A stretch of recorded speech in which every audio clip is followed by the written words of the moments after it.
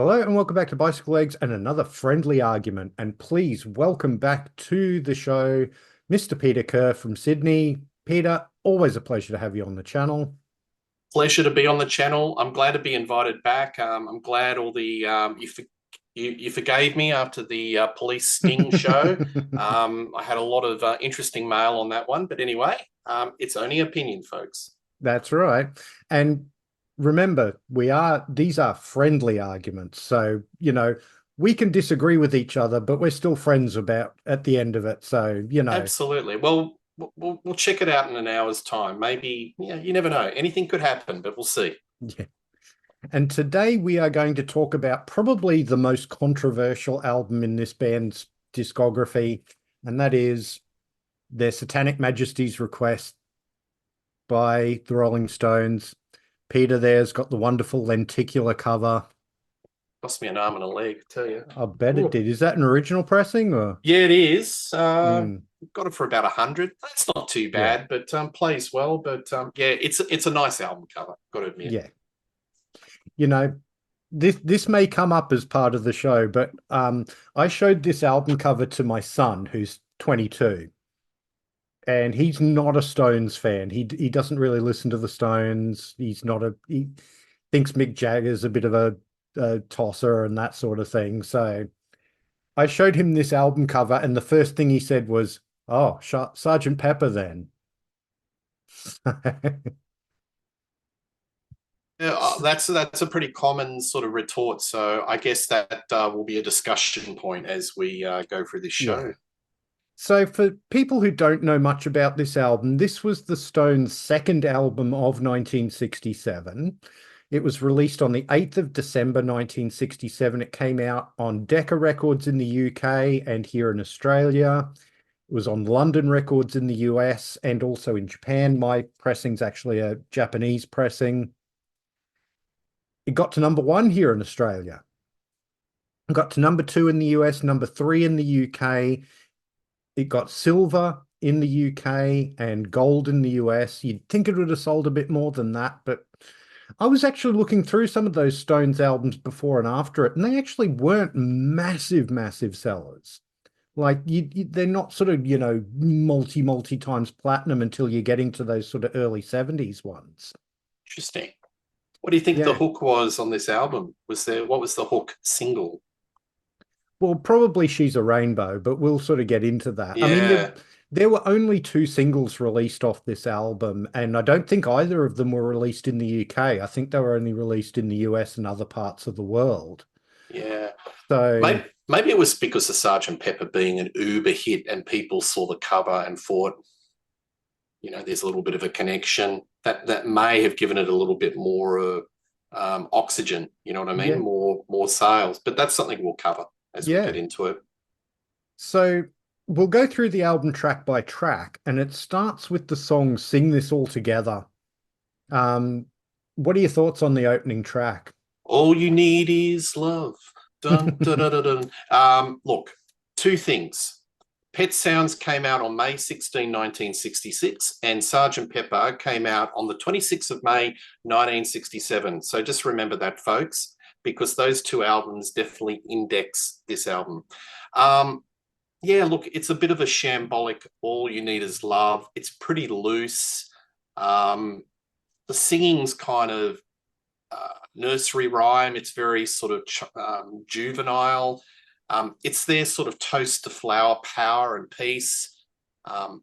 There's one version of the song, an off cut, and it goes for 15 minutes, and it just goes on and on and on. And Brian Jones is I think this song really is his vision.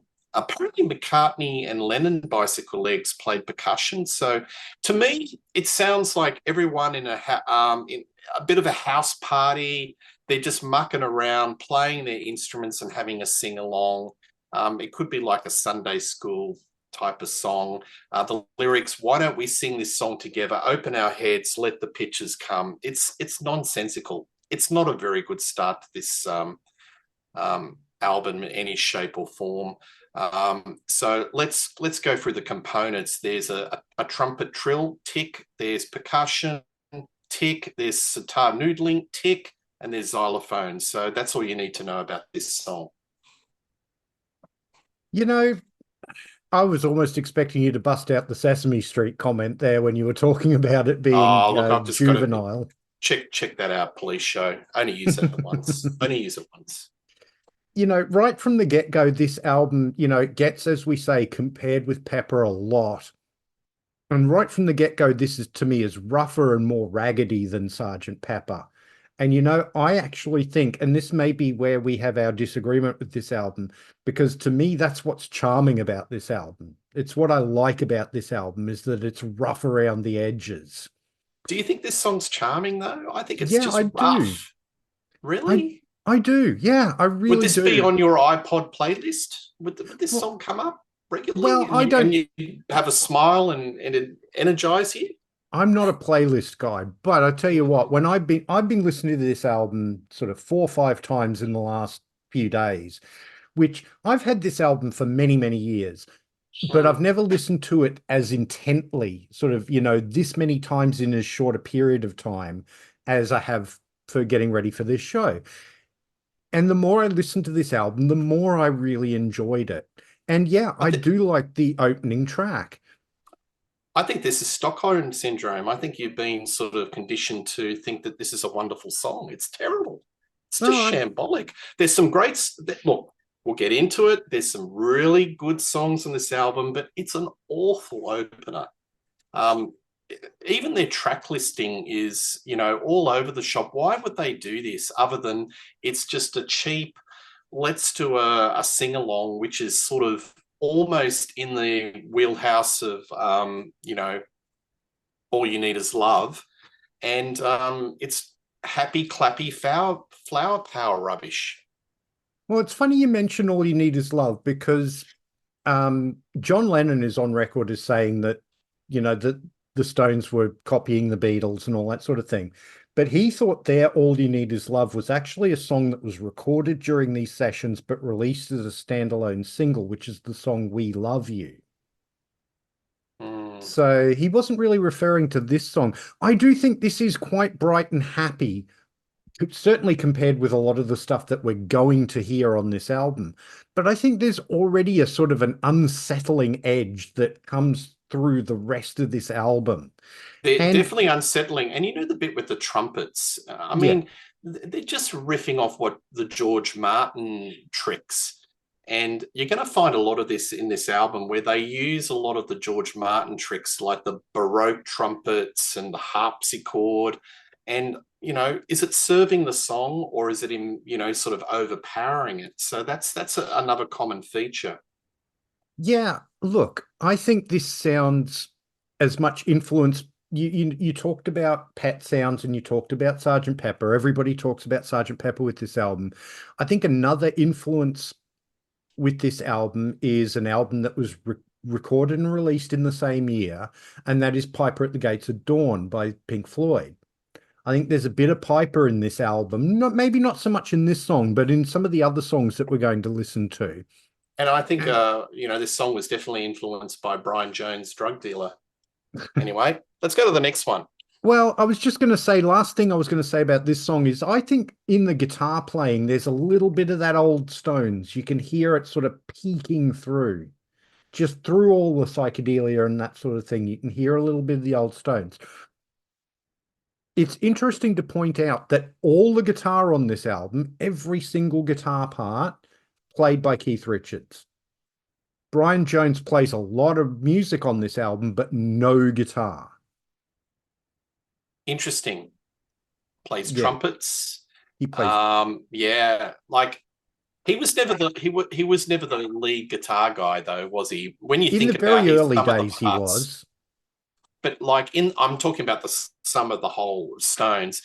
Yeah, but he definitely was going into more of the arranging. He was sort of like I don't know, he was the center of this project, but yeah, he's not front and center on the guitars, is he? Yeah, In no, no shape or form.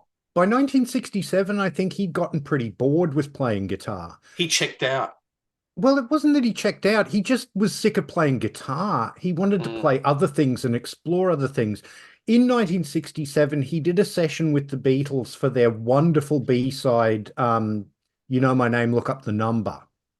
mm. And the Beatles expected him to turn up to the session with a guitar, and he turned up to the session with a saxophone. So, and he That's plays a lovely little saxophone solo on that song, by the way. yeah, yeah. But yeah, the next song is Citadel. I'd be interested to hear your thoughts on this one.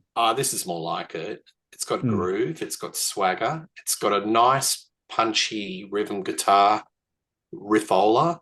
Um, the lyrics are interesting, kind of inspired by the Fritz Lang movie Metropolis. There's a reference to New York, Andy Warhol, The Factory, Candy Darling. Horrible mixing. This album, if this was produced by George Martin, it'd be much better. It's self-produced by the Rolling Stones. yeah. Bicyclelegs, you can correct me. Was there any other outside help Well, on Glyn the Johns was twiddle the boards? engineer. Mm, but Glyn Johns was the engineer, and he's a very good engineer. I mean, he worked with no, on The this album, Who, and it's really it sounds awful. But this is a cracker song, and it's got attitude. So this is a welcome bounce back. So it's not all doom and gloom, guys. It's yeah, I like this out. Do you like this song? I love this song. I love the segue between the first song and Citadel too. It's to me, I think some of the segues on this album are actually better segues than some of the ones you get on Pepper. Like some of the Pepper segues are a little clunky, Oh, whereas you've some got of to be these are kidding me. really smooth. What a universe are we in? Are you Yeah, serious? I'm absolutely serious. Oh, okay. Name one segue that's clunky on Pepper. Um, definitely the one from um song on side two. Within You Without You going into When I'm 64. That's not too bad. It's not Eh, like it's not jarring. I think a lot of the segues on this album are kind of jarring a little bit, sort of noticeable. But I think Pepper's sort of like smooth as. But anyway, it's just yeah. a difference of opinion. Yeah. Respect But that. to me, Citadel is where the acid trip starts to go sour. And I really like that about this album as we go along. What I love about this album in in comparison to Pepper, Pepper is bright and sunshiny for the most part. This is dark and sinister, this album. And that's what I really like about it. There's And some sinister bits in Pepper, like With In Without You. There's a little bit of sinister. I think A Day in the Life. He blew his mind out in a car. That's not exactly a love song, is it? It's not well, bright and sunny. no, Yeah. but musically, it's there's not a lot of really scary bits on Sergeant Pepper, whereas I reckon there's some genuinely scary bits on this album. Yeah, I think the mixing's scary. Um, Anyway, to all right. me, Citadel has some hints of another influence that I'm going to talk about here is really early Mothers of Invention. Like I'm talking Freak Out. You know, I can hear bits of that in this. And I'm again to have a disagreement with you on here. I don't know who did the horn arrangements on this album because there isn't a credit for it, but I love the horn arrangements on this album and especially on this song. Yeah, it varies. It's variable. So there's some I like and some I don't quite like. So we'll get Yeah. deeper as we get into the song. But I think, yeah, we agree. Citadel, that's a an outstanding track. It's just Yeah. got the groove. It's got the groove going. Yeah. And more to the point, if they weren't doing an album like this, I don't think a song like Citadel would exist in the Stones catalog. Hmm.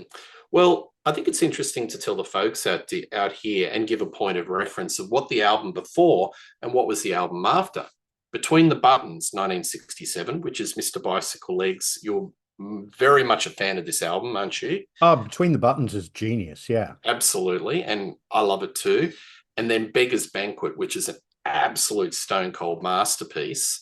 So you can hear that sort of remnants of Between the Buttons and you can also hear little indexes, little hints of what they're trying with Beggar's Banquet, that different style.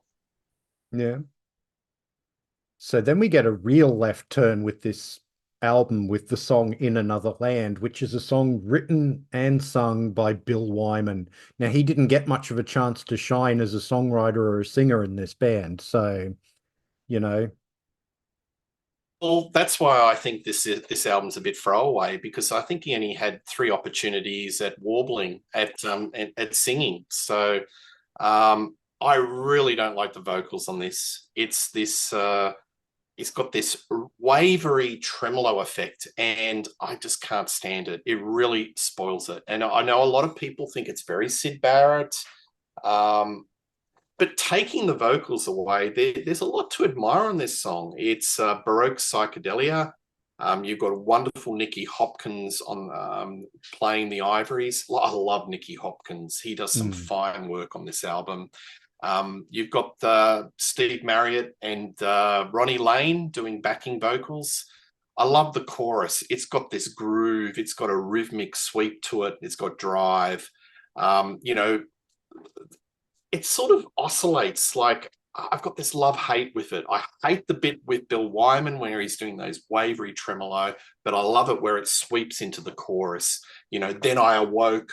Was this a kind of joke? It's a 50-50 type song. It's heaven and hell to me. What do you think? I think it's a 100% great song. I really like they've really processed that vocal really, really heavily on those verses. And I think the effect of it is perfect for this song. It gives this song it manages to walk a tightrope between being whimsical and sinister. I find it annoying. I think that tremolo effect is just annoying. I never liked Donovan, the hurdy-gurdy man, and when they and those sort of effect, because he used that effect a little bit, didn't he? Yeah.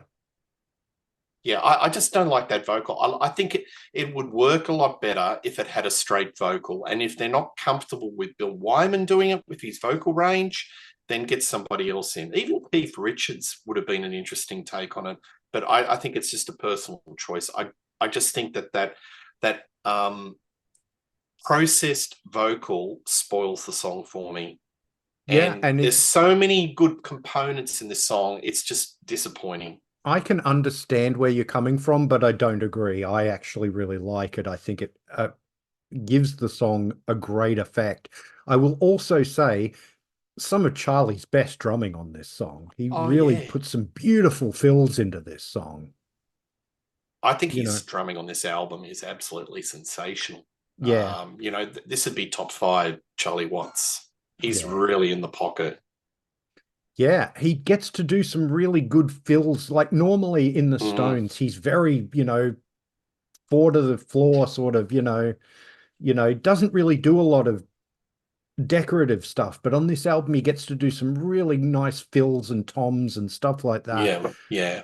And the snoring at the end of this song, that reminds me of Within You Without You. Within You Without You has the laughter at the end of it. The snoring at the end of this, it kind of reminds me of like a darker version of Within You Without You in that respect. They're copying. So the Beatles did that, we'll do this. Even if it's reverse mirror image, you can understand why there's this criticism that it is heavily referencing the Beatles. Even if they're doing the dark side, the edgy side, they're looking at the Beatles. It's like in the rear vision and they're just doing something different, but they're still referring to them. It's still a point of reference. They're not creating this new original body of work. Yeah, but the Beatles were a point of reference for just about everybody in 1967, But the Stones, to me, were always something that were original and fresh, where they took blues, they took R&B from America and put it through a prism of English rock and beat and made it something uniquely themselves. But this one, instead of being a leader of the pack, they're just running with the Joneses. They're just following the trends. And this is the problem I have with this album. They're not being the the ground shifters and the creators of something new. They're sort of, working on something that's been set before, even though it's a little bit darker and a bit more psychedelic and a little bit more acid tinge, but it's heavily referencing, a previous work. Yeah, but everybody in 1967 was doing psychedelia, and I think the Stones really put their own spin on it. So, and so then we get the song 2000 Man, which a lot of people will know not as a Stone song, but they'll know the Kiss version from Dynasty. And I know Reed Little from the Contrarians, and he did a show with us. Every show that song comes up, he always says it's better. And I kind of agree. I really like the Ace Frehley version a little bit better, but look, this is different. It's got this direct, heartfelt start. It's very kind of acoustic. But then it goes into this swoops into this R&B workout. Again, I find the mix on this particular song is all over the shop. The balance of the instruments is just not quite right. I know you said Glenn Johns, but maybe they needed somebody, not the Rolling Stones, to twiddle the knobs. There's something that's a little bit awry on this song in respect to the sonics. What do you think? Well, I don't. I mean, look, yeah. I mean, maybe a professional producer would have made this a more polished album, but I'm not sure I want this album to be more polished. I think I like it with the rough edges. I like it with the little odd bits. I love this version of this song because it has two very distinct sections. The Kiss one, I love the Kiss version too. I think it's wonderful. It's the first version of this song that I ever knew. I knew it when I was like 8 years old. But it's a very straight version that Kiss do. It's like it's the same kind of music all the way through. Whereas this one, it starts off with this kind of folky, bluegrassy kind of feel. I love listening to Keith Richards play acoustic guitar. He doesn't get to do it enough. Look, I agree with you, but maybe that's what this album needs as a bit of a palate cleanse. Just one track that's straighty, 180, right through meat and potatoes. Maybe because there's so much embellishments, there's so much mayonnaise on a lot of these tracks. Maybe this album screams for something that's a little bit four on the floor and conventional. And this song, it's a nice song. Maybe it needed to be done in the Kiss way. I like this version. I think the switch in style between the verses and the Oh Daddy section is really effective. So, yeah. Then we get what I'm going to bet is a song you really don't like on this album, which is Sing This All Together, See What Happens. Well, it's 8 minutes 33 of trippy jamming music. And I guess it depends your enjoyment of what side of the ledger you sit on. It's either heaven or hell. There's a lot going on. There's like 3 songs sort of weaving in and out. It's very unfocused. I find it kind of boring. I think unless you're on a trip, kind of reminds me of a lot of those Roger Corman movies where the last 20 minutes, you'd have the main characters take an acid trip and all this wide sort of spacey sort of special effects would come on. Probably wonderful for the actors like Peter Fonda and Jack Nicholson, but really boring for the audience. And that's what I relate this song to. They were probably whooping it up and having a wonderful time in the studio, getting on the gear and just jamming out, in a circle. But for the listener, it's a real chore.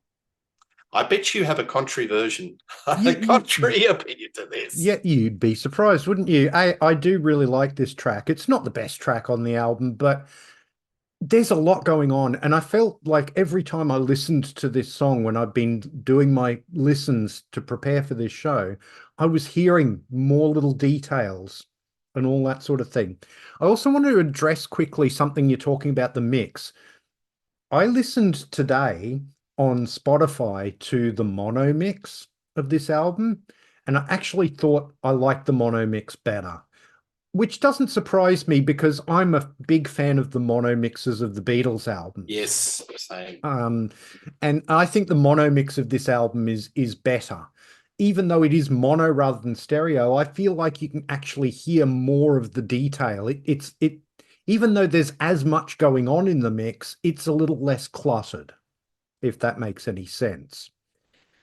I like Well, I will say this about this song is that rather than being influenced by Pink Floyd on this song, I feel like it was a bit of an influence to Pink Floyd because I can hear a little bit of something like A Saucer Full of Secrets in this song. And this is like a year before Saucer Full of Secrets came Yeah. out. And I don't know what you feel about that particular track in Floyd's canon, but I love Saucer Full of Secrets, even though it's like a real chaotic 11 minutes or whatever it is. Yeah, look, I like the early Pink Floyd. I think like my favorite Pink Floyd album is the first album. I've always said that hands down. But to me, this is just it rambles. There's a lot of ideas thrown on the wall, but it just none of it completely sticks. It doesn't gel. And as I said at the start of my little piece, to me it sounds like there's three songs in one, and it just doesn't have the right synergy. It's kind of really unfocused, and I think a lot of the criticism of this album would gravitate to this song. Yeah. This is probably the song that the critics would wave in the air and say this is some exhibit A of why Yeah. this album is not that great. But mind you, I mean, the Stones, this is not the first time the Stones got sort of long and jammy in the studio. Maybe not so psychedelic and colorful, but I can't remember which album, 60s album of the Stones, but there's one song on there that's like 11 minutes long. And it just Yeah, is a big long jam. It's more of a blues jam, yeah, and I'd prefer this over a blues jam, to be perfectly honest, because blues jams bore me to tears. Whereas uh, this sort of thing, I can, or any piece where I can hear little extra details every time I listen to it, it's like going on a little treasure hunt. I love it. I will also say this about this album, and this song is a good example of it. This album is full of Mellotron oh from Mr. yeah, Brian Jones. I love It the Mellotron. this album doesn't get mentioned as one of the great Mellotron albums, and I think it should be because there's a lot of really good Mellotron on this album. One thing before we go into side two is that look, they dropped this material, this psychedelia, like a hot stone, didn't they? And Richards, every time this album's brought up, he says it's a bunch of old codswallops. So Yeah. what's your take on the Stones? Because they've kind of disowned this album. Do you Yes. think if it was sensationally popular, critically acclaimed, they would have gone down this path? Look, I think you look at even the Beatles, they had such success with Sergeant Pepper and Magical Mystery Tour, but by the time they got to the White Album, they'd pretty much dropped the psychedelia and were going into a more straight ahead style. So I think the Stones would have done that regardless. But I definitely think that the way Keith and Mick look at this album is colored by the critical reaction to it. Absolutely. I think at the time they were very proud of it, but when it didn't get the reaction that they wanted, I think then they started shit talking it. And lots of bands do that, you know. And I Kiss think have that nothing was good to say about The Elder either, do they? Yeah, So, that's true. And I think this was the look. I know a lot of Stones aficionados will probably correct me, but I think this was the demise of Brian Jones because I think he would have been devastated. This was his project. You could mm, see he was the social organizer. A lot of it centered around him, and the critical failure of this, probably gutted him because if you only the anecdotal evidence of the subsequent albums that he contributed a lot less. yeah. That was probably proportionate to the intake of the drugs. He was getting very much into drugs and hanging out with some very shady characters. But I think the lack of critical success is when Richards and Jagger said, "Hey, we're taking the control levers over this band," Yeah. because Jones was regarded as the band leader in 61, 62 Bicyclelegs. Yeah, absolutely. And I think you're right. I think the fact that this album was not a critical success, combined with the sort of intake of drugs and all that sort of thing, kind of crushed Brian Jones, because he's barely on Beggar's Banquet. And by the time Let It Bleed comes out, he's out of the band and he's no longer with us, no Yeah. longer in the land of the living. So, yeah. But the one last thing I'll say about this song before we get into side two is that I love the book ending of it. Sing this all together, coming back towards the end of this part. I'm a sucker for book ending on albums. So Yeah, I like. it's an unnecessary reprise of a melody I don't want to hear again. Anyway.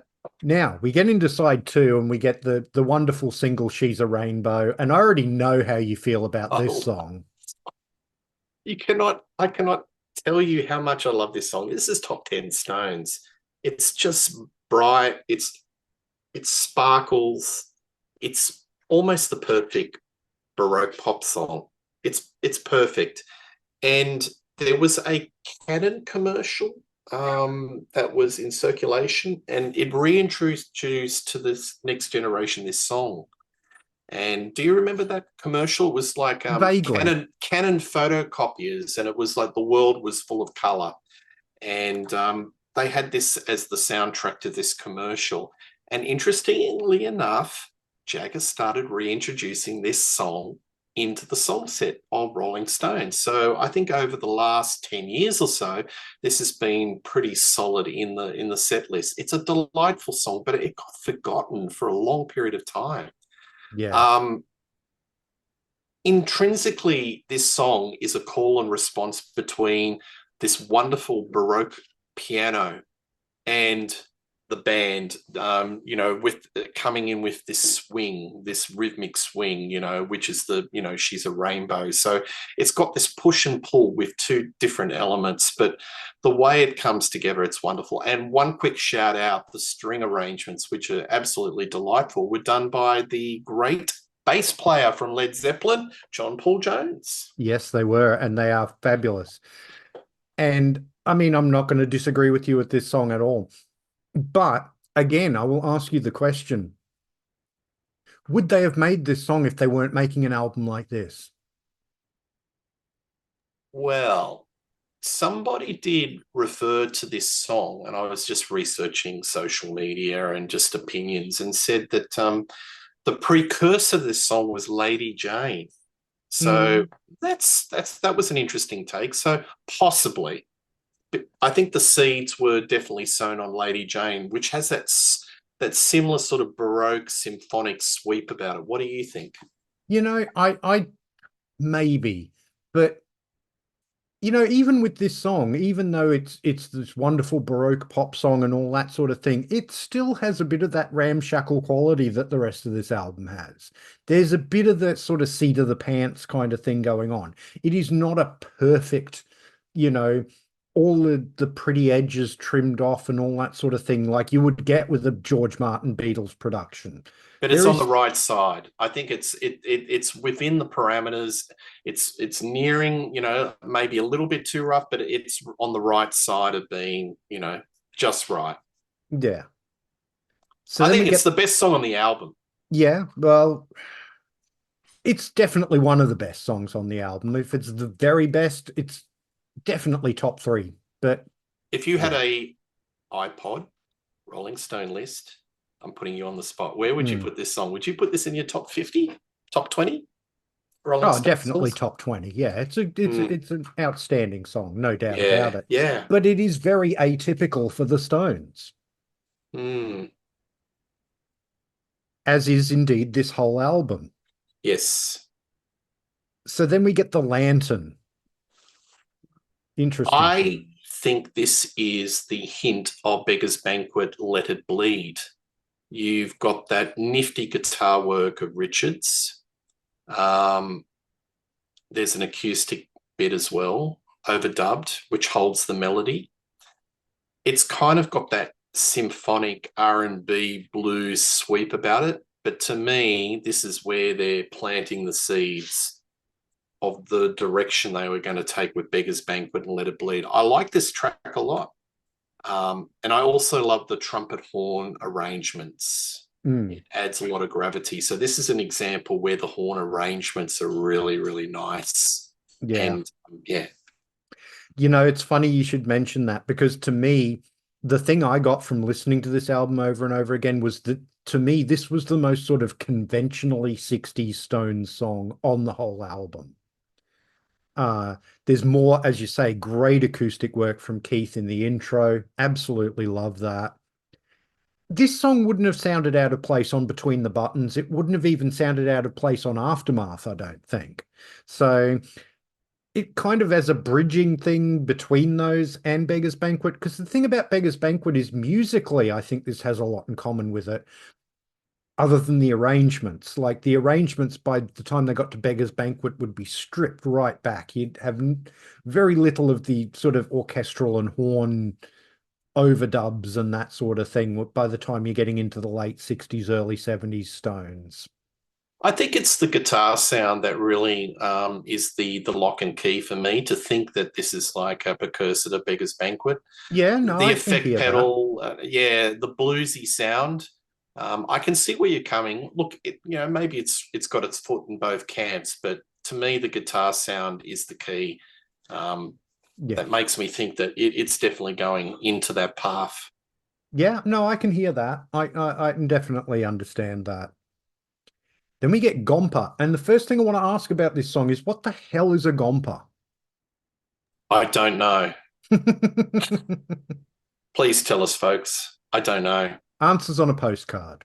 Yes, yes.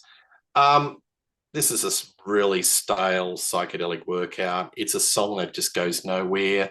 Let's go through the checklist, folks. You got sitar, check. Indian drums, check. Indian flute, check. Gibberish, mystical lyrics, check. It's all very discordant. It's sort of like it's a real bad trip for the listener. So this is that far wipeout man type musical side of this album that's messy and it's just not listenable. It's not really enjoyable to the listener, Well, in it my depends on the opinion. listener, doesn't it? Yeah, Because I it enjoy does. the hell out of this song. And I love the bad trip quality about it. I love that sort of scariness that it has. This one's really, got Brian written all over it, Brian Jones in the instrumentation.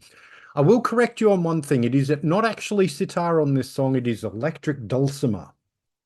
Well, sounds like a sitar, and I stand corrected. Yeah, I just wrote it down because yeah. it's sort of in that ballpark.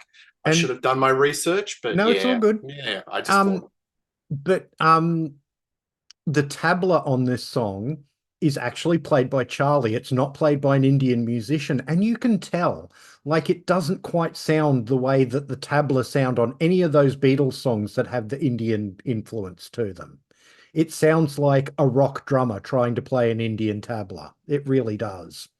And it gives it an interesting quality, I think.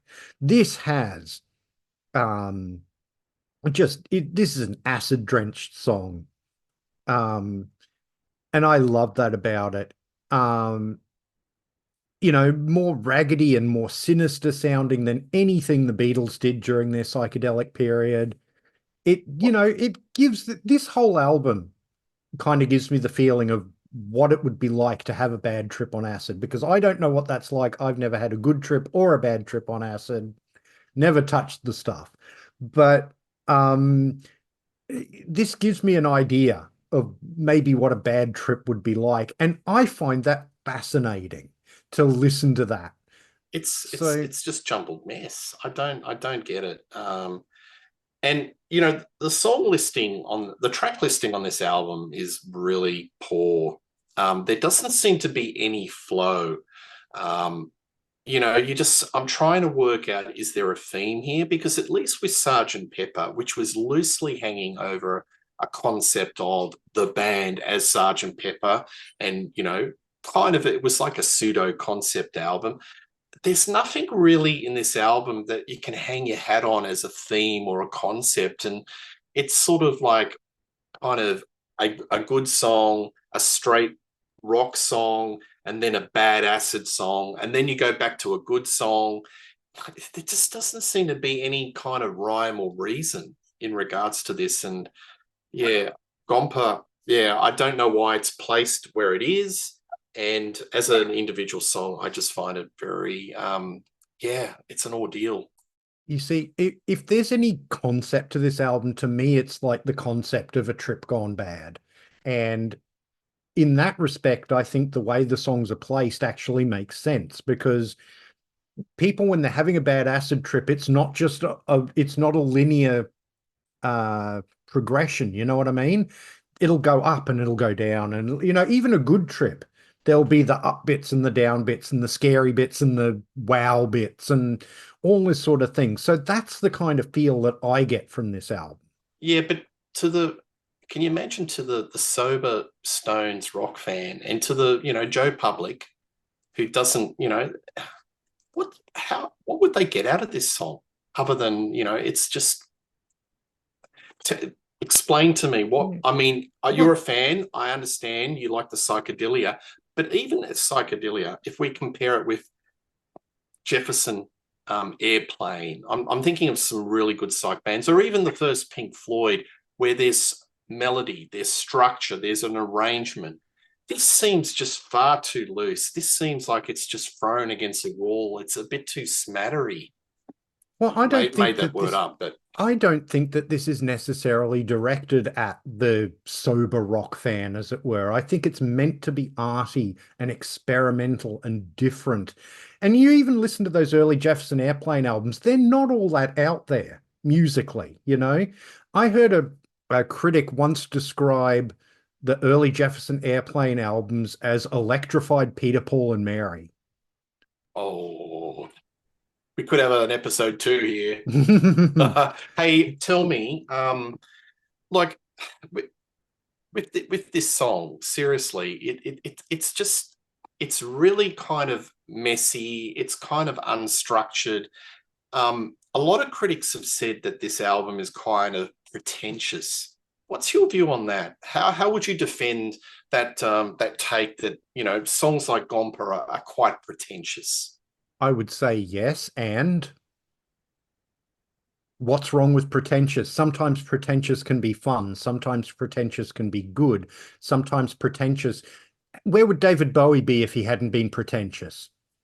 Well, we'll park that to the side, but pretentious is the sense that what are they trying to say here? And to me, they're not saying too much. Pretentious is that you're giving a sort of a mirage of grandeur, that this is more important than it actually is. And look, I think that you've got a pretty straight, shrewd operator in Mick Jagger. I know Richards was always the loose one, but Jagger is a very smart, shrewd, educated person. Hmm. And I think that a lot of this album is very calculated. It was listening to what was in the charts, and it was looking at what the Joneses were doing left and right. And, this song, Gomper, was like their stab at psychedelia, but it's just completely messy. And I think it's pretentious because it gives the illusion of being more important than it actually is, because it doesn't say much at You all. see, whereas I would argue that it's a song that's trying to go beyond that. It's trying to go beyond what the Beatles were doing with psychedelia, because what the Beatles did with psychedelia was still very heavily rooted in pop. You know, it didn't even sort of go where Pet Sounds went. It was going, I think, a track like this, you've got to be more listening to, as I said earlier, early Mothers of Invention and stuff like that, that's sort of really uncommercial and different. I mean, you take a track like on Freak Out, there's The Return of the Son of Monster Magnet, which is this really long, rambling, mostly percussive piece, which I think is an absolute work of genius. I love it. Even though Frank Zappa said that that piece was never finished, he actually wanted to add more to that. But Yeah, to well, me, this is the maybe Stones. it's me because I'm not a big Zappa fan. I Yeah. always thought Zappa was full of in jokes that, and if you're not in on the joke, it kind of it's a bit of an ordeal. So yeah, Well, maybe Frank, maybe the Zappa bit is the element here. yeah, possibly. But then we get 2000 Light Years from Home, and I'll be interested to see what you think of this song because this one is dripping with lysergicness. I like this song. This is the best of the Psych songs. This is where they kind of are hitting the mark. They throw everything but the kitchen sink, but it sounds like it's got more structure to it. It's got a better melody. It's trippy. It's ethereal. But it does go on a little too long. At 4 minutes and 45 seconds, it could be trimmed. Boy, oh boy, does Charlie Watts swing on this album with the Mm, drums. He is absolutely. great. I love Brian Jones with the Mellotron. I like this song. I like it or Yeah. not. So, like, And I think if you got out the pen and paper and you go, Peter, what songs he gave a tick and a cross? It's not all crosses here, folks, mm, but it's the cross things that people remember because yeah. it kind of towers over the rest of the songs. There's little gems in this album, Well, and this is one of them. you know that the Stones actually didn't mind this song because this one would occasionally make appearances in the set lists too. Mm. So it's to me it's one of the standout songs on the album. Um it's another one of those songs that has that bad trip quality to it. It's this is the other thing where I think the Stones were ahead of the game. To me, these are the most sinister sounding mellotrons on this song that you would get until 2 years later when King Crimson's debut came out. Most people were using mellotron to do very sort of symphonic kind of strings. You think of like the Moody Blues and that sort of thing. The Moody Blues weren't really trying to sound evil. Whereas the Stones are trying to sound evil with their mellotrons here. And as I say, I don't think you really get that again until In the Court of the Crimson King comes along. And I love Yeah. that about this song. And the intro is just so spooky. I love it. It's just great. It's a great song. All right. Last song. Last song, on with the show. Oh dear. Jacob does this horrible faux Beatles vaudeville accent. Oh, hello, chaps. Oh, geez. Um, I don't like it at all. It's like I am a walrus, stones on acid. It's flower pot warbling. It's this summarizes all that's wrong with this album. It sort of encapsulates the poor imitation of Sergeant Pepper's. But yeah, like that the accent. I think there's a Paraguayan harp on this track, Bicycle Legs, if I'm not wrong. I don't Done my know about, research on this. yeah. Yeah. What do you think of this song? I don't know. I kind of like it because it's like nothing else the Stones ever did, except maybe there's a track or two on Between the Buttons that have got that bit of music hall kind of feel to it as well. But even when they're doing music hall, again, it's got that darker edge to it. You're not going to mistake this for When I'm 64, are you? Yeah, it's got a bit of dark edge, but look, yeah, it just jars. And And, there's this, right at the end, as I said, this track listing, if I was going to put this song, I would put this right up in the song list, in the mm, track listing, not at the end. It just seems it's a bit jarring. It's right at the end. I think whoever did the track listing was probably on a trip.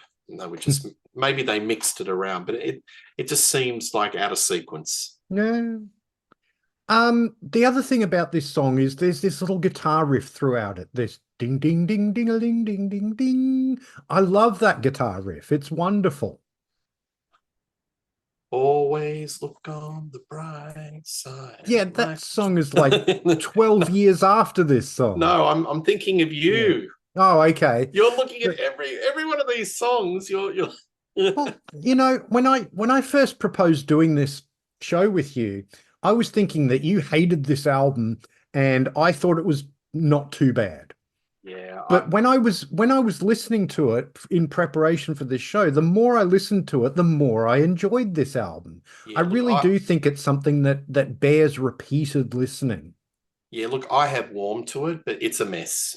But it has a lot of wonderful highlights. There are some gems, but it's it's the stinkers that sort of tower over it. And you know, I think that it's probably half of a really decent album.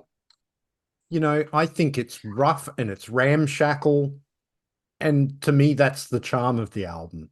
That and the fact that it's so much darker than Pet Sounds or Sergeant Pepper ever were. You know, they called this album Their Satanic Majesties Request.